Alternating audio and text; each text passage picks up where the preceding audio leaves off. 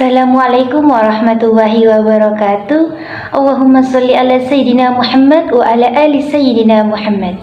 Yang saya takdimi Kepala Yayasan Universitas Islam Zain Hasan Genggol, Kiai Haji Muhammad Hasan Mutawakkil Alawais HMM, dan yang saya hormati Bapak Rektor Dr. Abdul Aziz Wahab MAG, dan yang saya hormati dosen pengampu mata kuliah model penilaian kelas Ustadz Farih Purwantoro MPD. Nama saya Anita Octavia. Saya dari kelas 5 APAI. Di sini saya akan menjelaskan tentang pengembangan instrumen evaluasi jenis tes. Pengembangan instrumen evaluasi jenis tes ini dibagi lagi menjadi 4. Yang pertama, pengembangan tes bentuk uraian. Yang kedua, pengembangan tes bentuk objektif. Yang ketiga, pengembangan tes lisan. Yang keempat, pengembangan tes perbuatan. Yang pertama, pengembangan tes bentuk uraian. Tes bentuk uraian ini merupakan cara untuk mengukur kemampuan seseorang melalui respon terhadap pertanyaan. Tes uraian atau esai ini mengukur kemampuan kognitif tinggi seperti analisis dan penilaian dengan memberi kebebasan kepada peserta didik untuk menjelaskan dan menyusun jawaban menggunakan bahasa dan pengetahuan mereka sendiri. Ciri utama tes uraian yaitu ada 4. Yang pertama, menyusun jawabannya sendiri, di mana setiap peserta ujian itu menyusun jawabannya sendiri dengan meminimalkan hambatan yang akan timbul. Yang kedua, menggunakan bahasa dan kata-kata sendiri dalam jawab pertanyaan, atau biasanya itu menggunakan tulisan tangan atau mungkin juga dengan ketikan komputer. Yang ketiga, pertanyaannya itu bersifat umum dan sedikit jumlahnya serta kurang mewakili semua bahan atau materi ajar. Yang keempat, jawabannya itu bervariasi sesuai dengan kondisi siswa. Adapun macam-macam tes uraian itu dibagi menjadi 2. Yang pertama, tes esai atau uraian bebas. Jenis tes ini memberikan kebebasan kepada peserta ujian untuk menyampaikan pendapatnya mereka sendiri berdasarkan pengetahuan mereka. Peserta dapat berargumen tentang topik yang ditanyakan sesuai dengan pandangan pribadi mereka. Penting untuk diingat bahwa tes ini harus mengandung unsur problematik, bukan hanya sekedar menanyakan fakta-fakta. Contohnya, jelaskan dengan rinci bagaimana hubungan antara akidah dan kebudayaan. Contoh ini menunjukkan bahwa pendidik itu menginginkan peserta didik untuk mengemukakan pandangan mereka mengenai hubungan antara akidah dan kebudayaan. Dan dalam tes esai ini, jawabannya itu dengan jawaban yang bebas. Nilainya itu memerlukan kehati-hatian yang lebih karena penilaian tidak bisa dilakukan hanya dengan membandingkan poin dengan poin dari kunci jawaban. Yang kedua, tes esai atau uraian terstruktur atau terbatas. Jenis tes ini memberikan panduan yang lebih jelas kepada peserta ujian, tetapi tetap memberi keleluasaan. Soal yang disusun memiliki arah yang lebih spesifik dan terbatas yang membantu dalam penilaian dan pembuatan kunci jawaban. Karena jawaban sudah dibatasi, penilaian bisa dilakukan dengan lebih mudah dan cepat dibandingkan dengan tes esai yang bebas. Contohnya, jelaskan 2 metode untuk menentukan realitas sebuah tes. Ini kan sudah ditentukan, jelaskan 2. Jadi kalian itu harus menjelaskan dua metode saja begitu. Selanjutnya, kelebihan dan kekurangan tes uraian. Kelebihan tes uraian yang pertama, menilai berpikir tinggi. Tes uraian ini untuk menilai kemampuan berpikir tingkat tinggi, tidak hanya sebatas mengingat tetapi juga memahami konsep.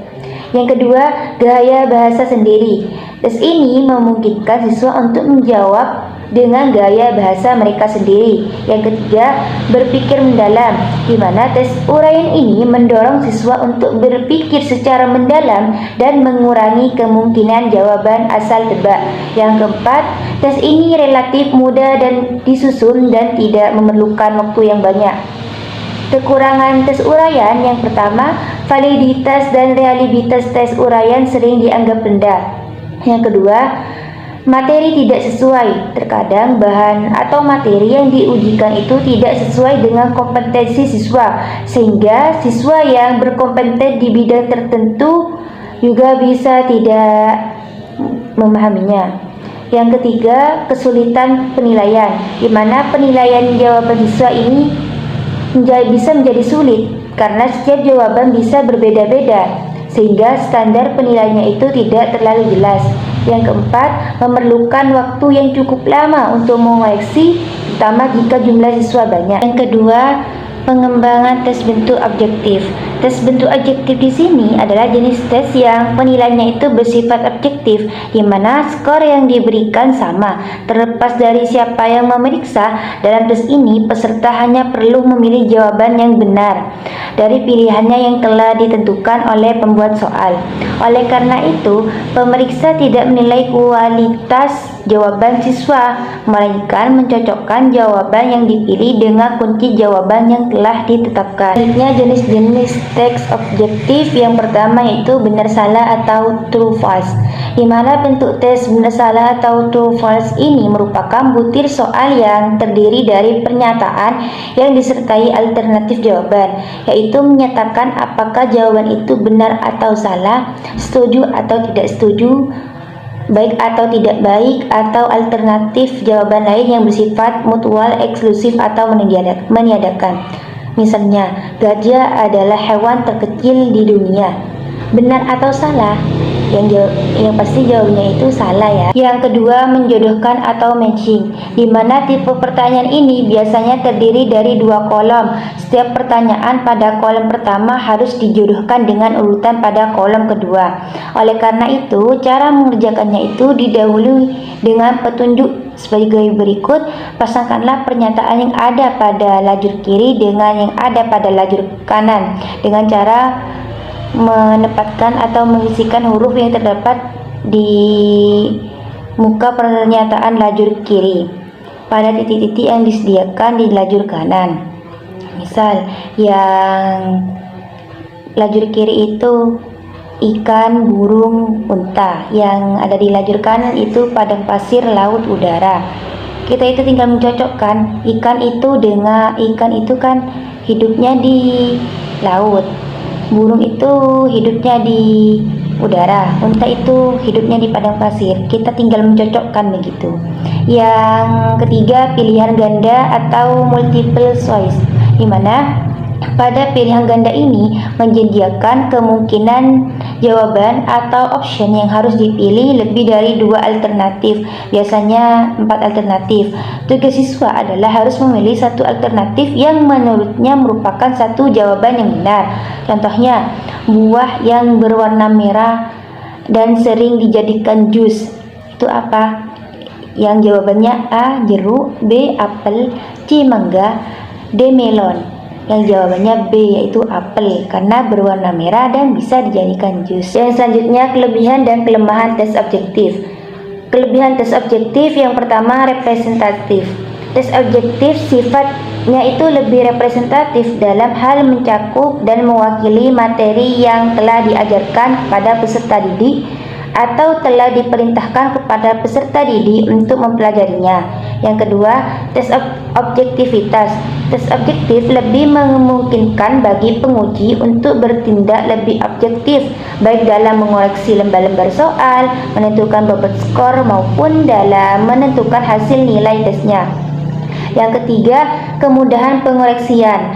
Mengoreksi tes objektif itu jauh lebih mudah dan lebih cepat dibandingkan dengan tes uraian, bahkan dapat menggunakan alat-alat kemajuan teknologi, misalnya mesin scanner. Yang keempat, delegasi pengoreksian. Berbedanya dengan tes uraian, maka tes objektif itu memberikan kemungkinan kepada orang lain untuk ditugasi atau dimintai bantuan guna mengoreksi hasil tes tersebut. Yang kelima, analisis soal, di mana butir-butir soal pada tes objektif jauh lebih mudah dianalisis, baik dari segi derajat kesukarannya, daya pembedanya, validitas maupun reliabilitasnya. Yang selanjutnya, kelemahan dari tes objektif. Yang pertama, kesulitan penyusunan. Penyusunan butir-butir tes objektif tidak semudah seperti halnya menyusun tes uraian. Yang kedua, pengukuran proses berpikir.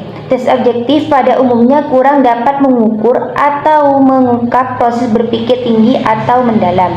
Yang ketiga, spekulasi jawaban. Dengan tes objektif, terbuka kemungkinan bagi penguji untuk bermain spekulasi, terba-terka atau adu untung dalam memberikan jawaban soal. Yang keempat, cara kerjasama peserta. Cara memberikan jawaban soal pada tes objektif di mana dipergunakan simbol-simbol huruf yang sifatnya seragam seperti A, B, C, dan D dan sebagainya. Ini memungkinkan peserta untuk bekerja sama. Yang ketiga, pengembangan tes lisan. Tes lisan adalah metode evaluasi di mana pendidik atau guru mengajukan pertanyaan secara lisan kepada peserta didik, yang kemudian merespon pertanyaan tersebut juga secara lisan. Menurut Jiwandono, tes lisan melibatkan interaksi langsung antara peserta didik dengan pendidik atau penguji. Untuk pelaksanaan tes ini diperlukan daftar pertanyaan dan pedoman penskoran untuk menilai jawaban peserta didik. Yang selanjutnya, tes lisan dapat berbentuk yang pertama, seorang guru menilai seorang peserta didik. Contohnya, guru bertanya, "Apa ibu kota di Indonesia?" Lalu siswa menjawab, yaitu Jakarta. Yang kedua, seorang guru menilai sekelompok peserta didik. Contohnya, guru meminta sekelompok siswa bernyanyi bersama lagu nasional dan menilai kekompakan mereka. Yang ketiga, sekelompok guru menilai seorang peserta didik. Contohnya, siswa membacakan puisi di depan beberapa guru dan guru yang memberikan nilai.